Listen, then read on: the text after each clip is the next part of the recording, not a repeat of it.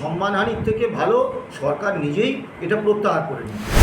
ইনক্রিমেন্টটা হচ্ছে রোপা অনুসারে, সংশ্লিষ্ট যখনই পে কমিশন হয় তার রোপা অনুসারে ইনক্রিমেন্ট পাওয়াটা কিন্তু আমাদের constitutional commitment of a government, তার সঙ্গে অন্য কোনো কন্ডিশন জোড়া যায় না।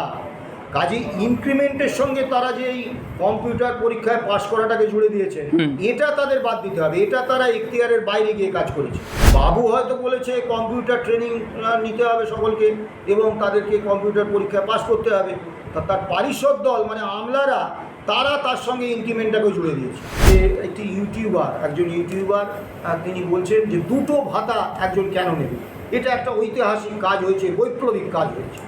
এখন সেই ইউটিউবারের জ্ঞানগম্যি কতটা আমি জানি না, শিক্ষা কতটা সেটাও আমি জানি না। বিজেপির চাটুকারিতা করতে করতে তিনি এমন একটা জায়গায় পৌঁছে গেছেন যে পারিশ্রমিক আর ভাতার মধ্যে পার্থক্যটা তিনি বলছেন। আজকের দিনে যারা সরকারি চাকরি করবেন তাদের কম্পিউটারে একটা ভালো জ্ঞান থাকাটা বাধ্যতামূলক। স্যার, নতুন সরকার গ্রুপ ডির প্রমোশনের ক্ষেত্রে যে সমস্ত নির্দেশিকা জারি করেছে, কম্পিউটার টাইপ টেস্ট বা আরও অন্যান্য যেসব বিষয়গুলো, এই বিষয়গুলো কি জরুরি ছিল এই সময়, বা কি অন্য কিছু পরিবর্তন করে আরও স্মুথ করা যেত বিষয়গুলি কীভাবে দেখছেন? দেখুন, আজকে তো প্রযুক্তি অনেক এগিয়েছে। আর আমরা যে কোনো সরকার একটা নতুন কোনো কর্মসূচি নিলে শুধু বিরোধিতার জন্য বিরোধিতা করব, এটা আমরা করি। আমরা কনফেডারেশন থেকে বরাবরই গঠনমূলক বিরোধিতা করি। ফলে আজকের দিনে যারা সরকারি চাকরি করবেন তাদের কম্পিউটারে একটা ভালো জ্ঞান থাকাটা বাধ্যতামূলক। এবার সেক্ষেত্রে আমাদের যা সিস্টেম আছে তাতে করে সবার কাছে কম্পিউটারও নেই এবং সকলের কম্পিউটার শেখার কোনো সুযোগও নেই। কাজেই সরকার যখন এইটা বাধ্যতামূলক করতে যাচ্ছে তখন তার আগে এই ইনফ্রাস্ট্রাকচারটা তৈরি করে নেওয়া দরকার ছিল, যে প্রত্যেককে সকলকে তো আর একসঙ্গে ট্রেনিংয়ে পাঠানো যাবে না।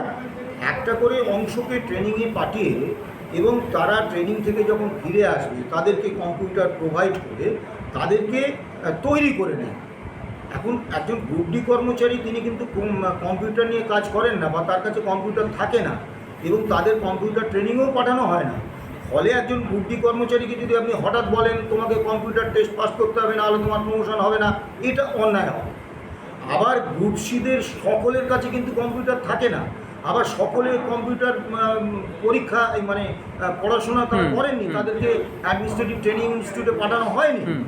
কাজেই সরকার এত দ্রুততার সঙ্গে না করে, এবং এটা বদলাবে, আপনি দেখবেন এই অর্ডারটা থাকবে না, এটা বদলাবে। আগে তাদেরকে এই সুযোগটা দাও যে কম্পিউটার সম্পর্কে তাদের অভিজ্ঞ হওয়ার একটা সুযোগ দাও এবং তার জন্য তাদের ধাপে ধাপে তাদেরকে ট্রেনিং করাও। এটিআই রয়েছে, খুব ভালো ট্রেনিংয়ের একটা সংস্থা, সেখানে তাদেরকে ট্রেনিং করাও। ট্রেনিং হয়ে আসার পরে যারা এলো তাদের কাছে কম্পিউটার প্রোভাইড করো, তারা কাজ শিখতে আরম্ভ করুক এবং তারপর তুমি তাদের পরীক্ষা নাও। কিন্তু এসব কিছু না করে একবারে পরীক্ষা নিয়ে নেবো, আর বিশেষত গ্রুপ ডিদের, এটা কিন্তু তাড়াহুড়োর মধ্যে সিদ্ধান্ত নেওয়া হয়েছে এমন মনে করছেন। এবার আরও একটি বিষয় হচ্ছে, তারা এইটার সঙ্গে জড়িয়ে দিয়েছেন ইনক্রিমেন্ট। এইটা কিন্তু কখনো হতে পারে না। ইনক্রিমেন্টটা হচ্ছে রোপা অনুসারে, সংশ্লিষ্ট যখনই পে কমিশন হয় তার রোপা অনুসারে ইনক্রিমেন্ট পাওয়াটা কিন্তু আমাদের constitutional commitment of a government, তার সঙ্গে অন্য কোনো কন্ডিশন জোড়া যায় না। কাজে ইনক্রিমেন্টের সঙ্গে তারা যে এই কম্পিউটার পরীক্ষায় পাশ করাটাকে জুড়ে দিয়েছেন, এটা তাদের বাদ দিতে হবে। এটা তারা এখতিয়ারের বাইরে গিয়ে কাজ করেছে, এই এখতিয়ারটা তাদের নেই। আবার কাজে আমি সরকারের কাছে আবেদন করব, এখন মুশকিল হচ্ছে যে বাবু যত বলে পারিষদ দলে বলে তার শতগুণ।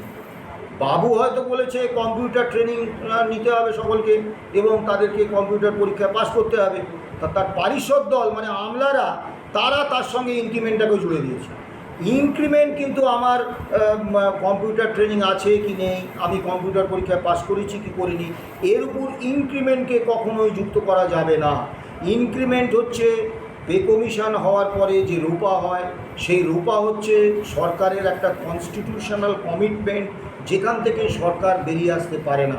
সেই রূপা 2019 কিন্তু কোথাও এই ইনক্রিমেন্টের সঙ্গে অন্য কোনো শর্ত জুড়ে দেওয়া হয়নি।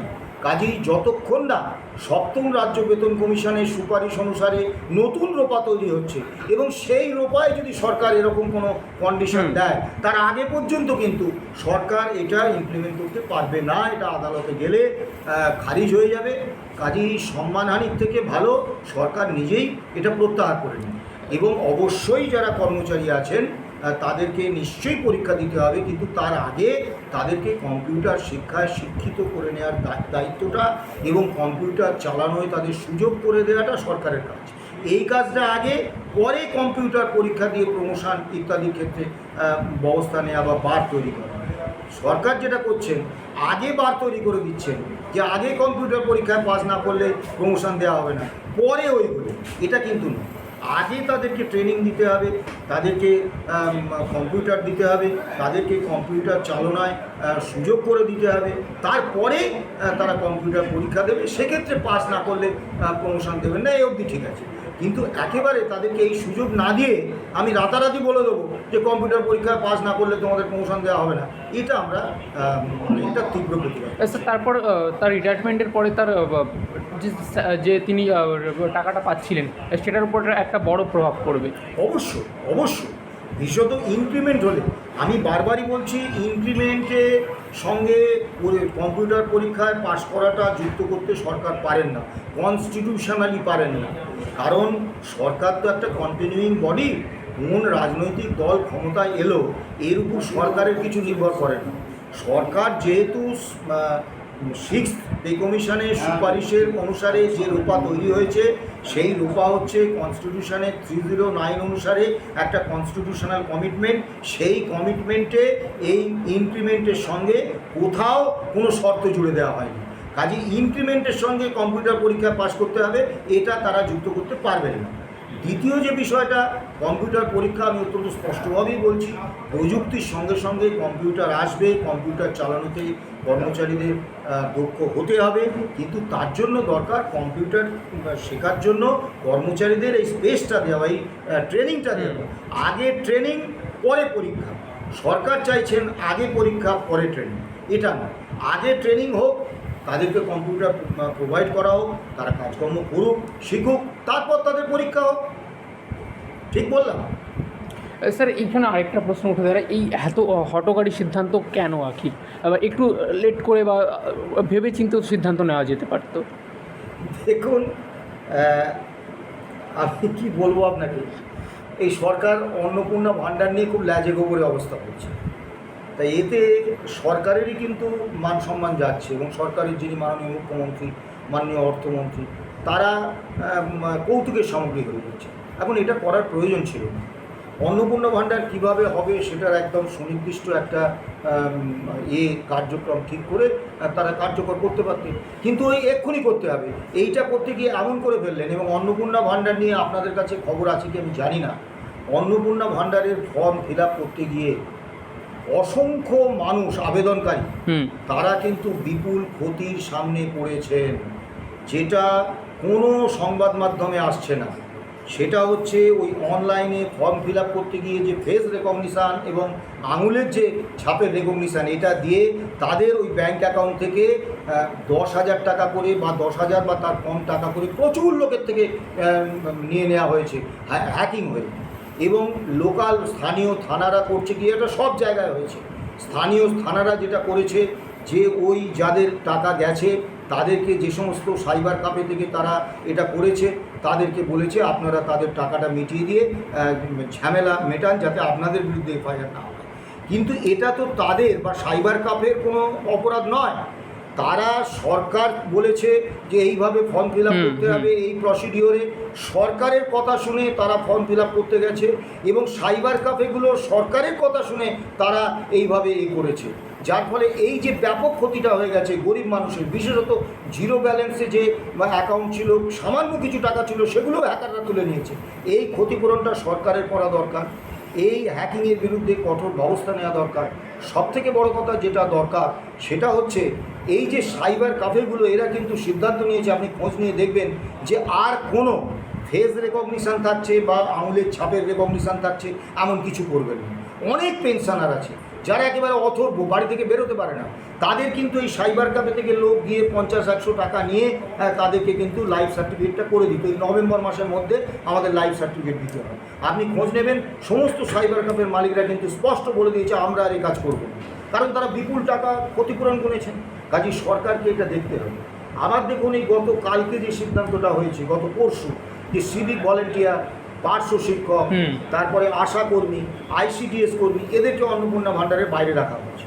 এবং আমি দেখলাম যে একজন ইউটিউবার তিনি বলছেন যে 2টো ভাতা একজন কেন নেবে। এটা একটা ঐতিহাসিক কাজ হয়েছে, বৈপ্লবিক কাজ হয়েছে। এখন সেই ইউটিউবারের জ্ঞানগম্যি কতটা আমি জানি না, শিক্ষা কতটা সেটাও আমি জানি না। বিজেপির চাটুকারিতা করতে করতে তিনি এমন একটা জায়গায় পৌঁছে গেছেন যে পারিশ্রমিক আর ভাতার মধ্যে পার্থক্যটা তিনি বলছেন। আশা কর্মী, ICDS কর্মী, সিভিক ভলেন্টিয়ার, তারপরে পার্শ্ব শিক্ষক, এরা যেটা পায় সেটা পারিশ্রমিক, এবং যে পারিশ্রমিক তাদের পাওয়া উচিত তার থেকে অনেক কম পারিশ্রমিক পায়। সরকার কি মনে করছেন যে ওই 12,000 টাকা সিভিক ভলেন্টিয়ারদের এখন পারিশ্রমিক হয়েছে, 2,000 টাকা এই সরকার এসে বাড়ানোর পরে, তাই 12,000 টাকায় কি একটা 4 জনের, মিনিমাম তো 4 জনের একটা সংসার, সেই সংসার একদম খুব এত ভালোভাবে চলে যায় যে সেই পরিবারে একজন অন্নপূর্ণার ভাণ্ডার নিতে পারবেন না, তাহলে তেলামাথায় তেল দেওয়া হয়ে যাবে। এটা একটু বাড়াবাড়ি হয়ে গেছে। গরিব মানুষরা পান, প্রান্তিক মানুষরা পান, এটা তো আমরা বারবার বলে আসছি যে অতি ধনী সচ্ছল তারা পাবেন না। কিন্তু গরিব মানুষ বাঁচতে গিয়ে একেবারে সিভিক ভলেন্টিয়ার, আশাকর্মী, ICDS কর্মী, পার্শ্ব শিক্ষকদের যদি এই খাপে আপনি ফেলে দেন, এটা তাড়াহুড়ো করতে গিয়ে এবং ওই অফিসাররা বাবুর একটু মনোরঞ্জন করতে গিয়ে করে ফেলেছে। কাজে এতটা তাড়াহুড়ো না করলেই ভালো, কারণ তাতে সরকারের সম্মানহানি হয়। এর আগে আপনি দেখবেন ওই যে বুলডোজার নিয়ে বিভিন্ন বেআইনি নির্মাণ ভাঙতে গিয়েছে, আদালতে খুব বেইজ্জত হয়েছে সরকারের। এখন সরকারের সবসময় উচিত যে সমস্ত দিক ভেবে চিনতে কাজটা করা, যাতে করে সরকারের অসম্মান মানে কিন্তু আমাদেরও অসম্মান। কারণ আজকে যিনি মুখ্যমন্ত্রী, তিনি আমারও মুখ্যমন্ত্রী। আমি তাকে রাজনৈতিকভাবে সমর্থন করতে পারি নাও পারি, কিন্তু সাংবিধানিকভাবে তিনি আমার মুখ্যমন্ত্রী। আজকের যে অর্থমন্ত্রী, তিনি আমার অর্থমন্ত্রী। তারা যদি অসম্মানিত হন, সেটা আমারও অসম্মান, আমার সেটা ভালো লাগবে না।